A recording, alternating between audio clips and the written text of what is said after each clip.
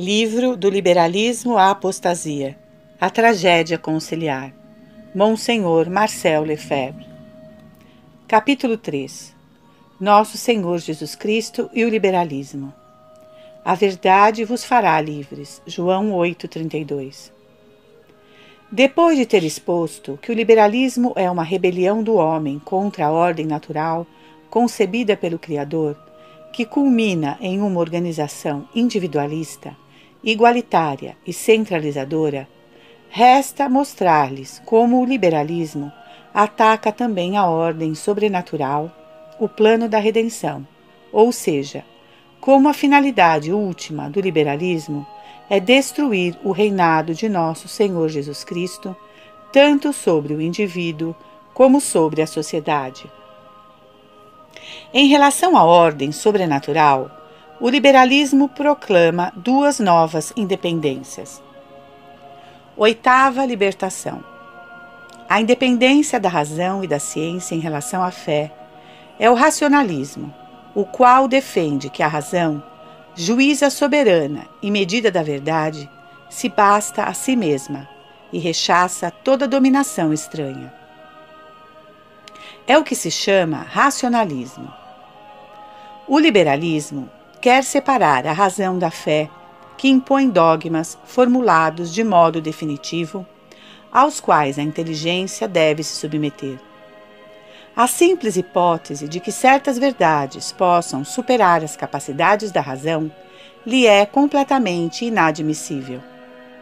Os dogmas devem, então, ser submetidos ao crivo constante da razão e da ciência, tomado como causa dos progressos científicos.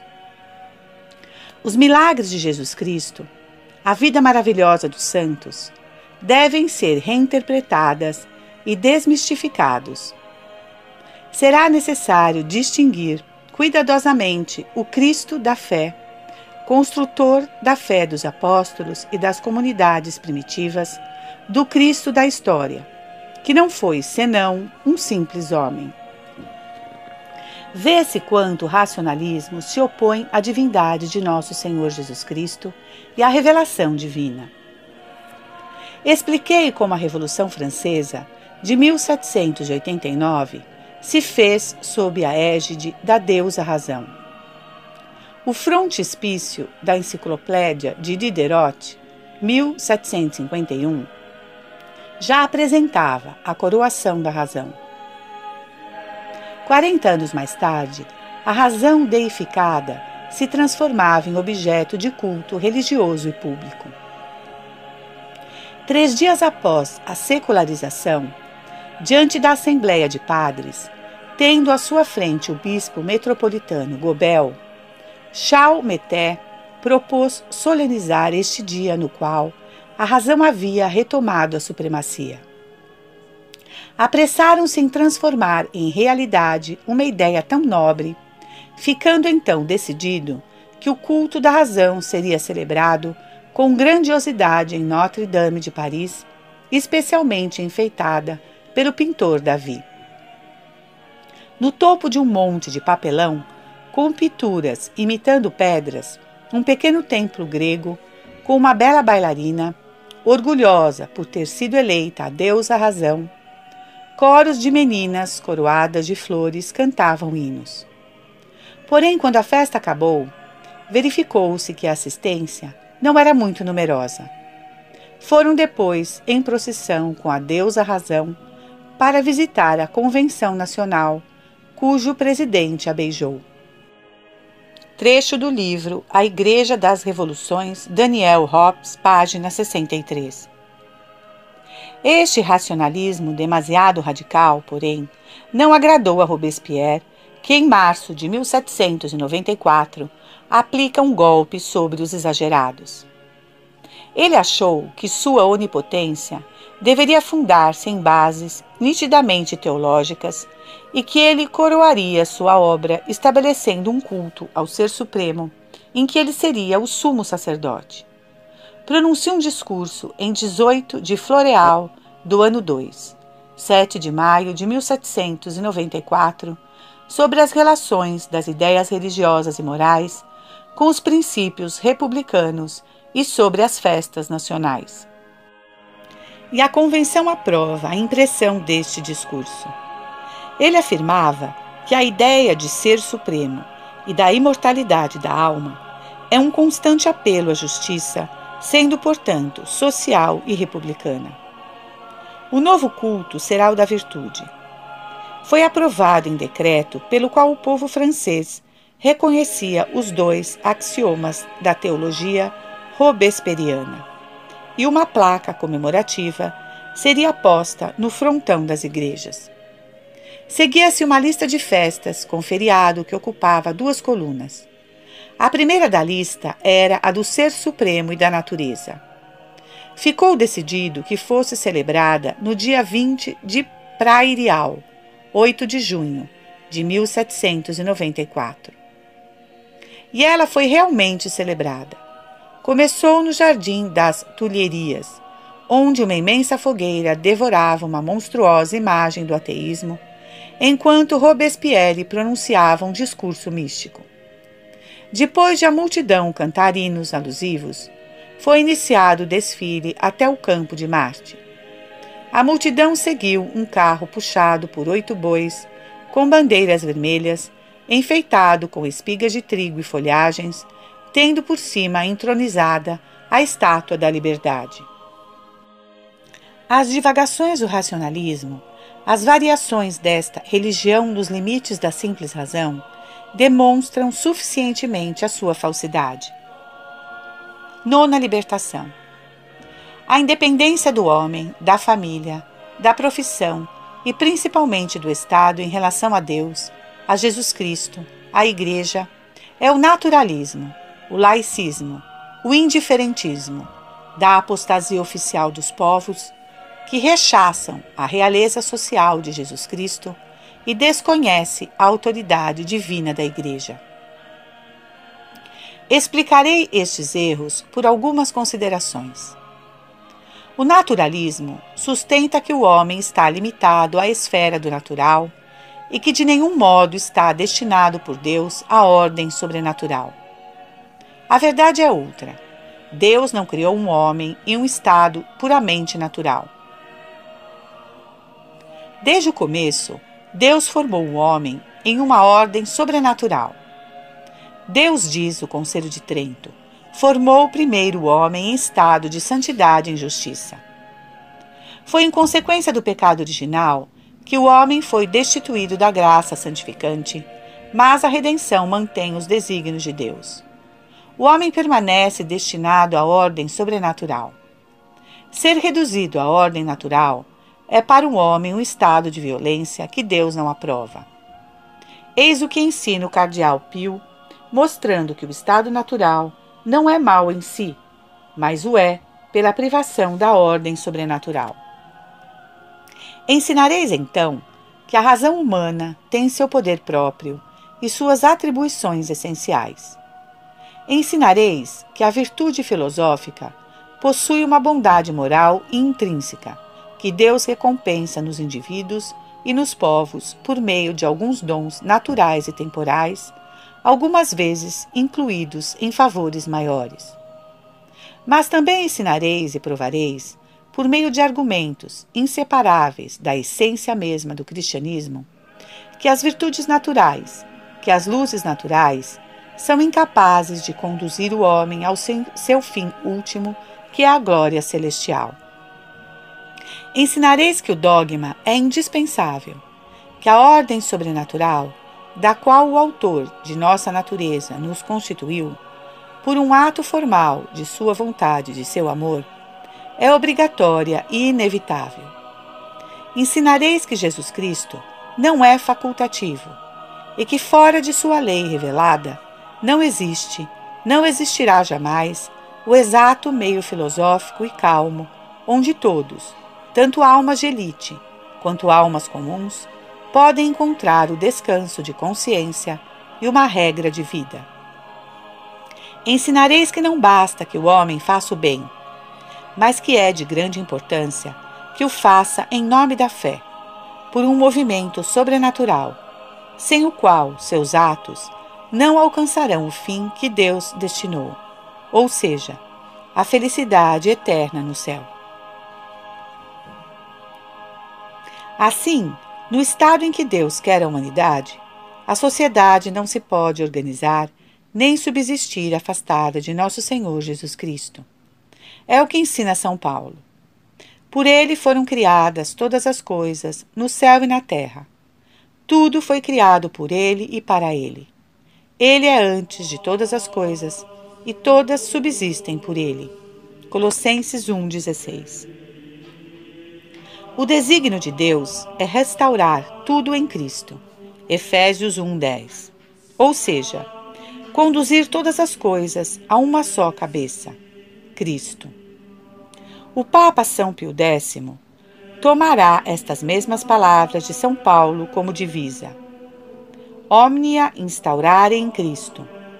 Tudo instaurar, tudo restaurar em Cristo, não somente na religião, mas também na sociedade civil. Não, veneráveis irmãos, é necessário relembrar com energia nesses tempos de anarquia social e intelectual, em que cada um se coloca como mestre e legislador, não se poderá construir a sociedade de uma maneira diferente da que Deus a instituiu. Não se edifica a sociedade se a Igreja não estabelece as bases e dirige os trabalhos. Não, a civilização não está para ser inventada, nem uma sociedade nova para ser construída das nuvens. Ela é a civilização cristã, é a cidade católica. Trata-se somente de instaurar e restaurar sem cessar a civilização em suas bases naturais e divinas, contra ataques sempre renascentes da rebelião e da impiedade. Omnia instaurare in Cristo. Carta Nosso Encargo Apostólico, de 25 de agosto de 1910. Papa São Pio X. Jean Ausset tem excelentes páginas sobre o naturalismo em sua obra mestra Pur Quil Regni, na segunda parte, intitulada As Oposições à Realeza de Nosso Senhor Jesus Cristo, em que ele assinala 3 categorias de naturalismo. Um naturalismo agressivo, que nega até mesmo a existência do sobrenatural, é aquele dos racionalistas. Depois, um naturalismo moderado, que não nega o sobrenatural, mas recusa dar-lhe proeminência, porque sustenta que todas as religiões são provenientes do sentimento religioso. É o naturalismo dos modernistas. Por fim, o naturalismo inconsequente, que reconhece a existência do sobrenatural e sua proeminência divina, mas o considera como matéria de opção.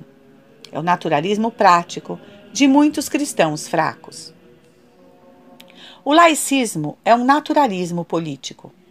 Sustenta que a sociedade pode e deve ser constituída e que pode subsistir sem levar em conta Deus e a religião, sem levar em conta Jesus Cristo, sem reconhecer seu direito de reinar, ou seja, de inspirar com sua doutrina toda a legislação da ordem civil. Como consequência, os laicistas querem separar o Estado da Igreja. O Estado não favorecerá a religião católica e não reconhecerá os princípios cristãos como seus, e separar a Igreja do Estado. A Igreja será reduzida a mais uma entre outras sociedades frente ao Estado e não se levará em conta sua autoridade divina nem sua missão universal. Consequentemente, será estabelecido o ensino chamado ensino público, às vezes obrigatório, laico, ou seja, ateu. O laicismo é o ateísmo do Estado, porém sem esse nome. Voltarei a esse erro próprio do liberalismo atual e que goza dos favores da Declaração do Vaticano II sobre a liberdade religiosa. O indiferentismo proclama ser indiferente à prática de uma ou outra religião. Pio IX condena este erro. Todo homem é livre de abraçar e professar a religião que, guiado pela luz da razão, lhe parecer verdadeira. Sílabus, proposição condenada, número 15. Os homens podem achar no culto de qualquer religião o caminho da salvação eterna. Proposição número 16. E também deve-se ter fundadas esperanças na eterna salvação daqueles que não se acham de modo algum na verdadeira Igreja de Cristo. Sílabus, proposição condenada, número 17. Não é difícil descobrir as raízes racionalistas ou modernistas de tais proposições. A este erro se soma o indiferentismo do Estado em matéria religiosa. Por princípio, o Estado estabelece que não é capaz de reconhecer a religião verdadeira, agnosticismo, e deve, pois, dar liberdade a todos os cultos.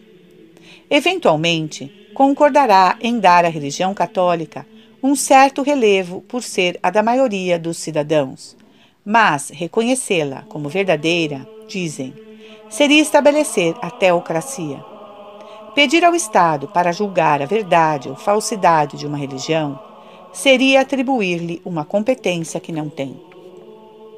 Monsenhor Pio, antes de se tornar cardeal, ousou expor este grande erro ao imperador francês Napoleão III e lhe explicou a doutrina católica do reinado social de Nosso Senhor Jesus Cristo. Em uma entrevista memorável de grande valor apostólico, o grande bispo dá ao imperador uma lição de direito cristão, o chamado direito público da Igreja. Vale a pena fechar este capítulo com essa conversa.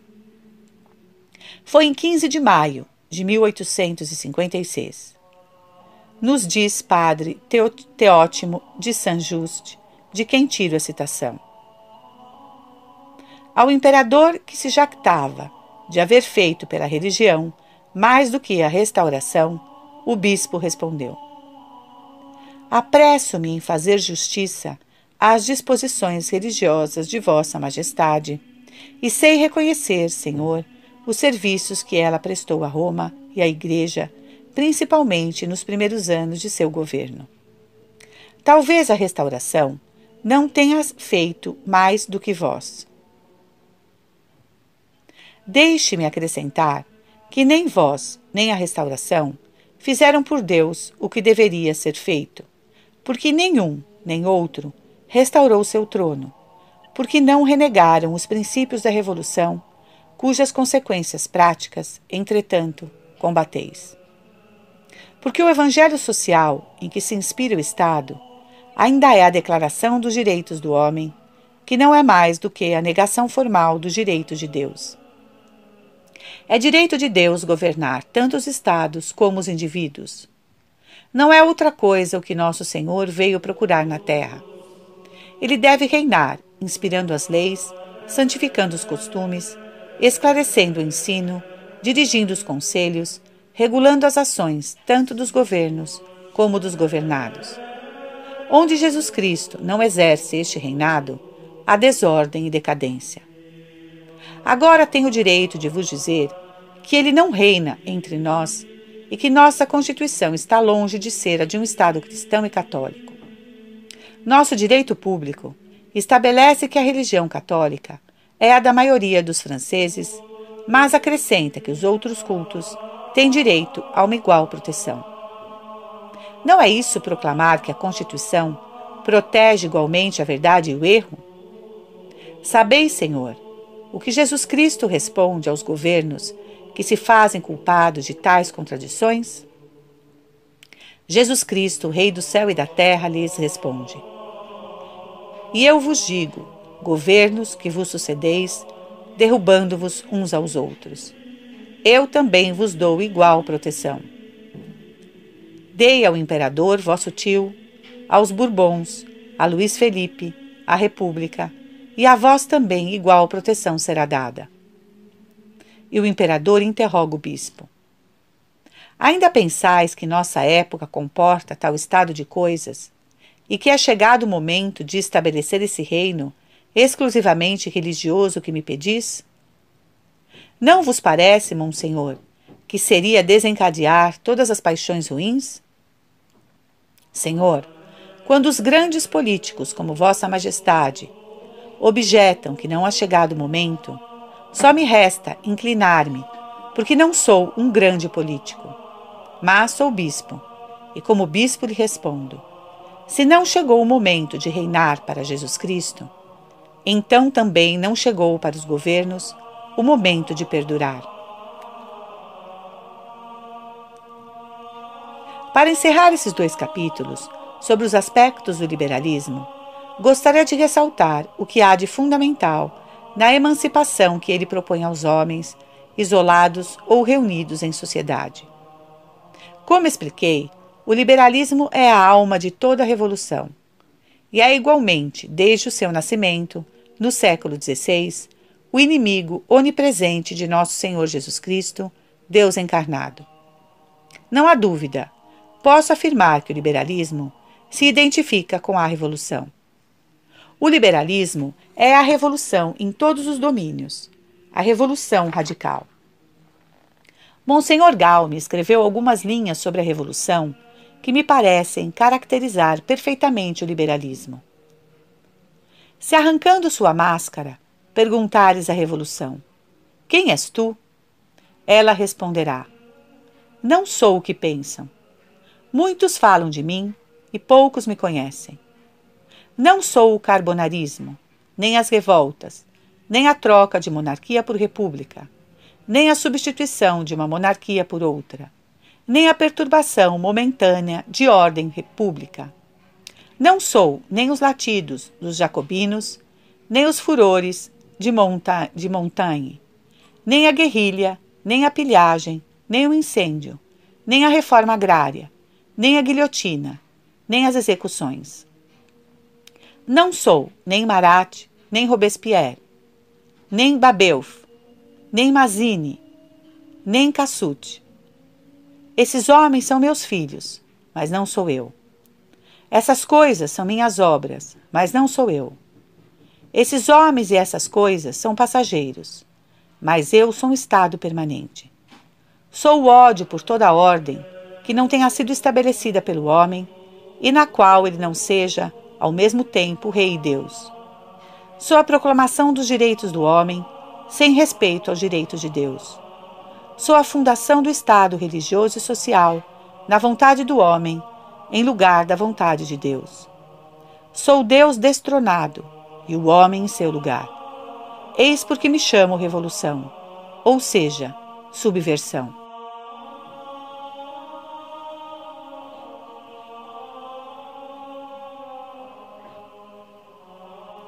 Capítulo 4. Lei e liberdade.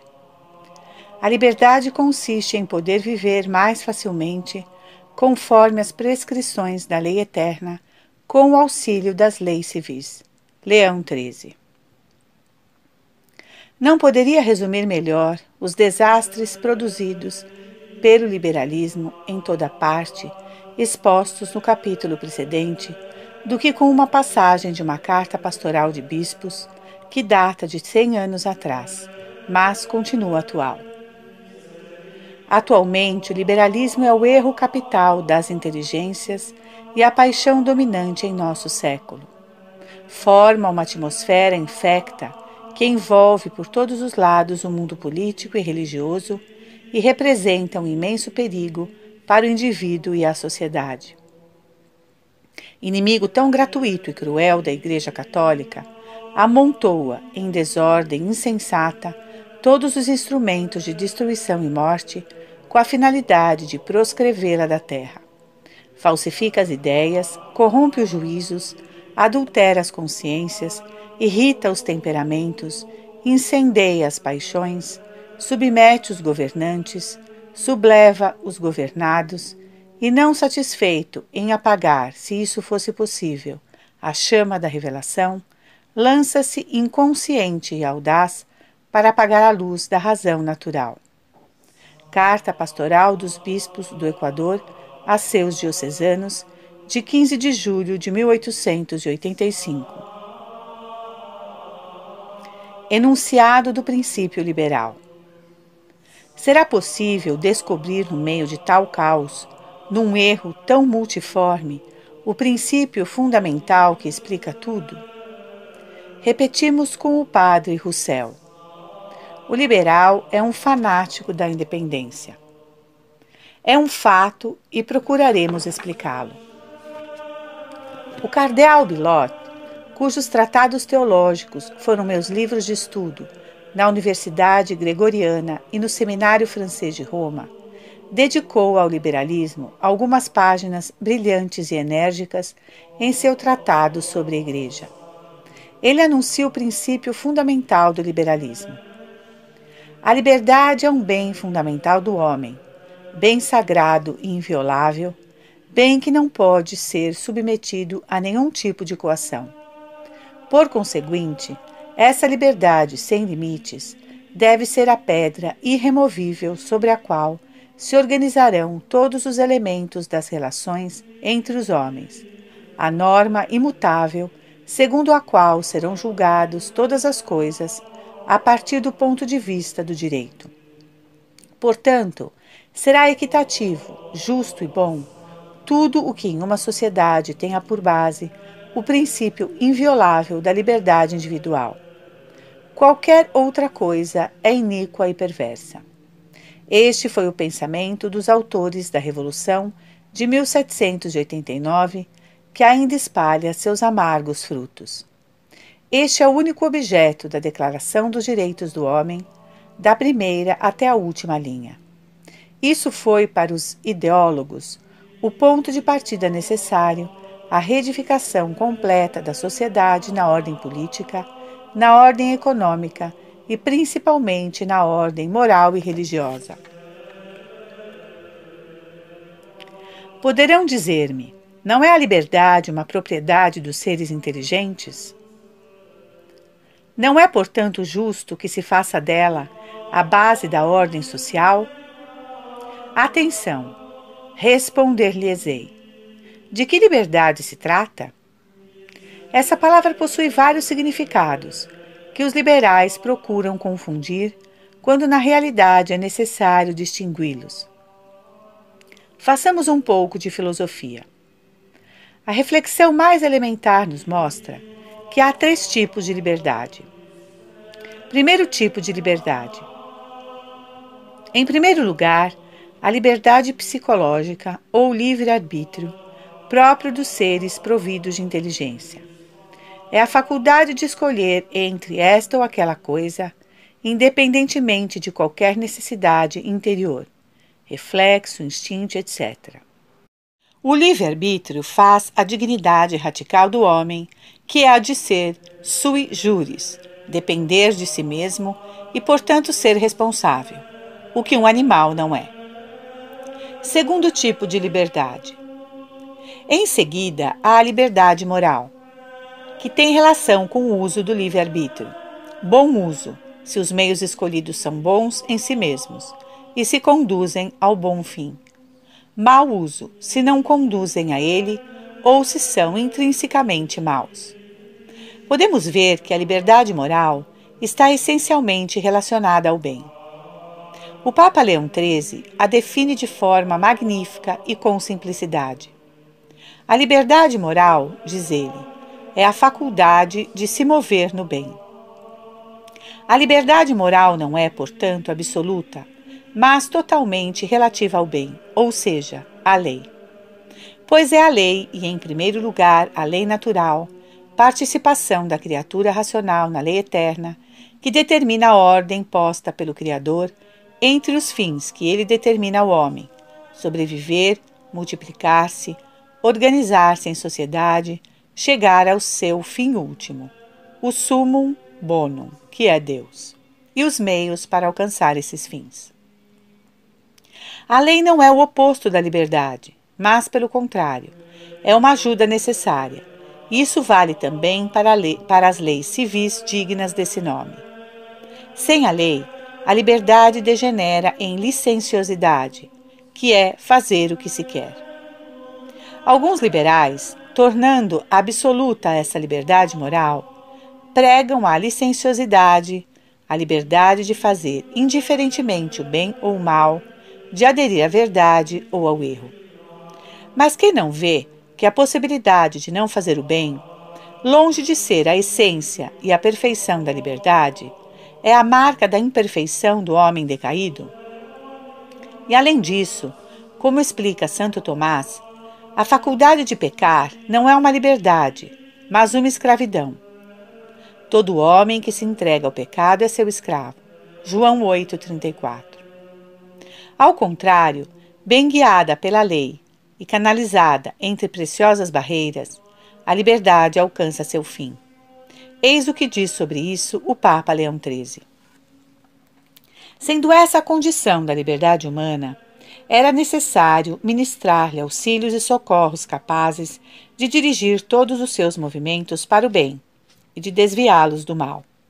Sem isso, a liberdade teria sido para o homem uma coisa muito prejudicial. E primeiramente era-lhe necessária uma lei, isto é, uma norma do que era preciso fazer e deixar de fazer. E Leão XIII termina sua exposição com uma definição admirável da liberdade que considero completa. Portanto, na ordem social, a liberdade digna desse nome não consiste em fazer tudo o que nos apraz. Isso provocaria confusão e desordem, uma perturbação que conduziria à opressão. A liberdade consiste em que, com o auxílio das leis civis, possamos mais facilmente viver segundo as prescrições da lei eterna. Terceiro tipo de liberdade. Por fim, há a liberdade física, liberdade de ação ou liberdade ante a coação. A ausência de qualquer coação externa que nos impeça de agir de acordo com a nossa consciência. É precisamente esta liberdade que os liberais fazem absoluta, e é esta concepção que será necessário analisar e criticar. Ordem natural e lei natural. Antes gostaria de insistir na existência da ordem natural e da lei natural. Os liberais concordam em admitir leis, mas leis que o homem forjou por si mesmo, enquanto repelem toda ordem ou ordenamento e toda lei cujo autor não seja o próprio homem. É uma verdade científica que há uma lei natural concebida pelo Criador, tanto para a natureza mineral, vegetal e animal, como para a natureza humana. A nenhum cientista ocorreu negar a existência de leis inscritas na natureza das coisas e dos homens. Em que consiste, com efeito, a pesquisa científica, na qual se gastam milhões? Não é exatamente na procura das leis? Fala-se frequentemente dos inventos científicos, mas isso é um erro. Não se inventou nada. Não se fez mais do que descobrir leis e explorá-las. Essas leis que se descobrem, essas relações constantes entre as coisas, não são os cientistas que criam. O mesmo ocorre com as leis da medicina que regulam a saúde, as leis da psicologia que regem os atos plenamente humanos. Todos estão de acordo que essas leis não são criadas pelo homem. Ele já as encontra postas na sua natureza. Quando se trata de encontrar as leis morais que regem os atos humanos em relação aos fins principais do homem, os liberais não falam senão de pluralismo, criatividade, espontaneidade, liberdade. Segundo eles, cada escola filosófica tem a faculdade de construir sua própria ética, como se o homem, com sua razão e sua vontade, não fosse uma criatura de Deus. Então a alma humana se fez a si mesma? Ou se faz ela mesma?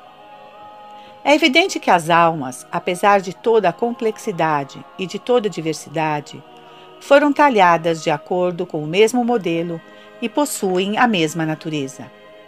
Quer seja a alma de um Zulu da África do Sul, de um Maori da Nova Zelândia, de um Lenin ou de um Santo Tomás de Aquino, trata-se sempre de uma alma humana. Uma comparação esclarecerá o que quero dizer. Atualmente não se compra alguma coisa complexa, como uma máquina de lavar, uma fotocopiadora ou um computador, sem um manual. Haverá sempre uma lei, uma regra que explique como usá-la corretamente para que ela funcione bem, para que alcance seu fim, diria eu. Essa regra foi estabelecida por aquele que concebeu a máquina em questão. e não pelo empregado, que se julgue livre para mexer em todos os botões e todas as teclas. Guardando as devidas proporções, o mesmo ocorre com nossa alma e Deus. Deus nos dá uma alma e necessariamente nos dá as leis. Nos dá os meios para servir-nos dela e assim obter nosso fim, em especial o fim último, que é o próprio Deus conhecido e amado por toda a eternidade. Ah, disso não queremos saber, exclamam os liberais. As leis da alma humana devem ser criadas pelo próprio homem. Não nos surpreendamos se fazem do homem um desequilibrado por querer obrigá-lo a viver contrariamente às leis da natureza. Imaginem uma árvore que se furtasse às leis vegetais. Ela morreria, é claro. Uma árvore que recusasse fazer subir a seiva, ou um pássaro que se negasse a procurar seu alimento, porque isso não lhe agrada, sem dúvida morreriam. Não seguir a sua lei, o que lhe indica o instinto natural, é a morte. Notem, porém, que o homem não segue um instinto cego como os animais. Deus nos deu o grande dom da razão para que tenhamos a inteligência da lei que nos rege e para que possamos nos dirigir livremente ao fim, mas não sem aplicar a lei. A lei eterna e a lei natural, a lei sobrenatural e as outras leis que derivam das primeiras, leis humanas, civis ou eclesiásticas, todas elas são para o nosso bem. E isso é a nossa felicidade. Sem uma ordem pré-concebida por Deus, sem leis, a liberdade seria para o homem um presente envenenado. Esta é a concepção realista do homem que a Igreja defende contra os liberais com toda a sua força. Foi a grande virtude e qualidade do grande Papa Pio XII ter enfrentado os ataques do liberalismo contemporâneo, tornando-se o campeão da ordem natural cristã. Voltando a falar da liberdade, podemos dizer resumidamente que não se pode compreendê-la sem a lei. São duas realidades estreitamente relacionadas, e seria absurdo querer separá-las ou opô-las. É absolutamente na lei eterna de Deus que é mister buscar a regra e a lei da liberdade, não somente para os indivíduos, mas também para as sociedades humanas. Capítulo 5. Benéficas coações. Não considereis que estáis obrigados, mas a que estáis obrigados, se ao bem ou ao mal? Santo Agostinho.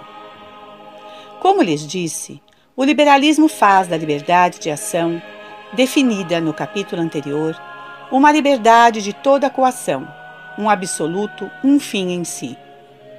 Deixarei ao cardeal Bilotte a análise e contestação desta pretensão fundamental dos liberais. O princípio fundamental do liberalismo, escreve ele, é a liberdade de toda a coação, qualquer que seja, não só da que se exerce pela violência e que atinge apenas os atos externos, mas também da coação que provém do temor das leis e punições, das dependências e necessidades sociais, ou, em suma, dos laços de qualquer natureza que impeçam ao homem de agir segundo sua inclinação natural. Para os liberais, essa liberdade individual é o bem por excelência, o bem fundamental, inviolável, ao qual tudo deve ceder, excetuando talvez o que exige a ordem puramente material da cidade. A liberdade é o bem ao qual tudo mais está subordinado.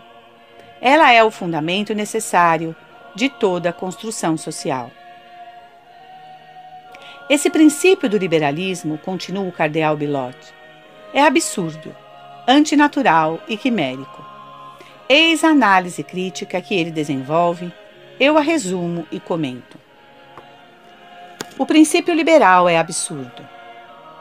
Esse princípio é absurdo, incipit ab absurdo, pois começa com a insensatez de pretender que o bem fundamental do homem seja a ausência de qualquer liame que atrapalhe ou restrinja a liberdade. De fato, o bem do homem deve ser considerado como um fim, o que é desejado em si. Vejamos, porém, que a liberdade de ação, é somente um meio, é somente a faculdade que permite ao homem adquirir um bem.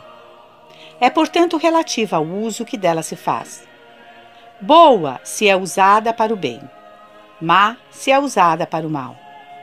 Por conseguinte, não é um fim em si mesma, e certamente não é o fim principal do homem. De acordo com os liberais, toda coação é um mal, a não ser para garantir certa ordem pública. No entanto, é claro, por exemplo, que a prisão de um malfeitor é um bem, não só porque garante a ordem pública, mas também porque castiga e emenda o culpado. Da mesma forma, os próprios liberais utilizam-se da censura de imprensa contra seus inimigos, de acordo com o ditado liberal: não deve haver liberdade para os inimigos da liberdade. Em si mesma, a censura é um bem, pois defende a sociedade contra a expansão do veneno que corrompe os espíritos. Em consequência, é preciso afirmar que a coação não é em si mesma um mal, que ela é, até mesmo do ponto de vista moral, quid indifferens in se, algo em si mesmo indiferente. Tudo dependerá da finalidade para a qual seja empregada.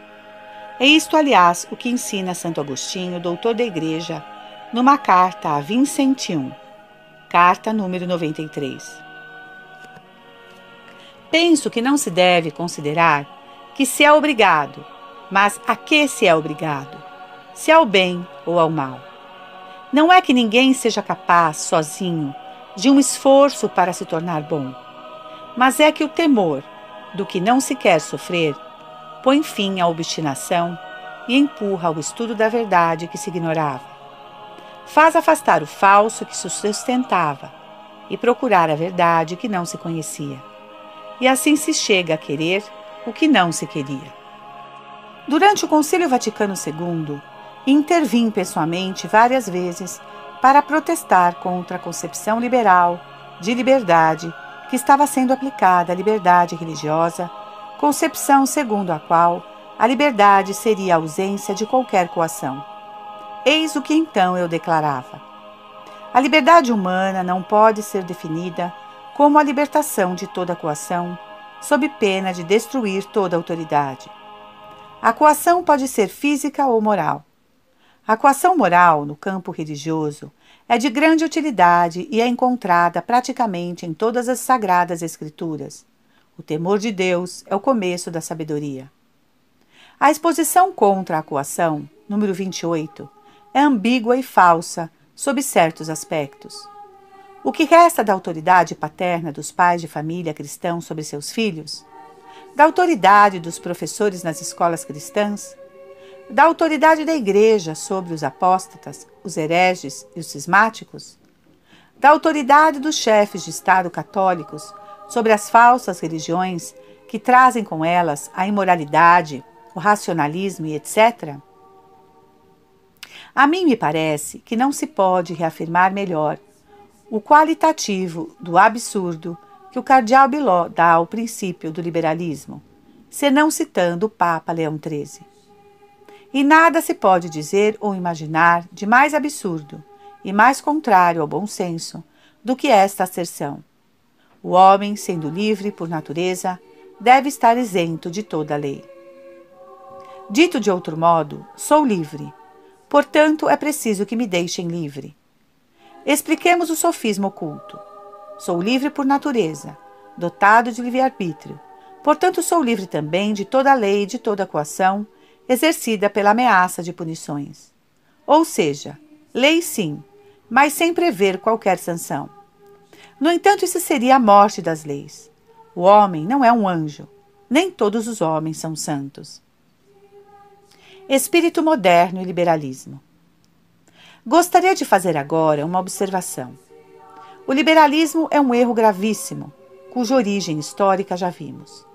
Mas há um espírito moderno que, sem ser francamente liberal, apresenta uma tendência ao liberalismo. Desde o século XVI, o encontramos em autores católicos que não são suspeitos de simpatia com o naturalismo ou com o protestantismo. Não há dúvida que é um sinal desse espírito moderno considerar que alguém é livre enquanto não haja lei que lhe venha restringir. Sem dúvida, toda lei limita a liberdade de ação, mas o espírito da Idade Média, ou seja, o espírito da ordem natural e cristã de que falamos antes, sempre considerou a lei e suas coações primeiramente como uma ajuda e uma garantia de verdadeira liberdade, não como uma limitação. Questão de ponto de vista, dirão. Eu direi, não.